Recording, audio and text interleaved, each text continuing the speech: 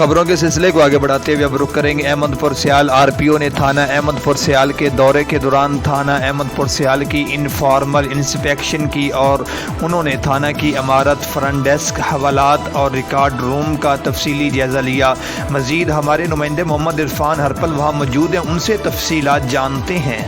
अहमदपुर सियाल RPO Faisalabad Malik Imran Mahmood ने थाना अहमदपुर सियाल के दौरे के दौरान थाना अहमदपुर सियाल की इनफॉर्मल इंस्पेक्शन की।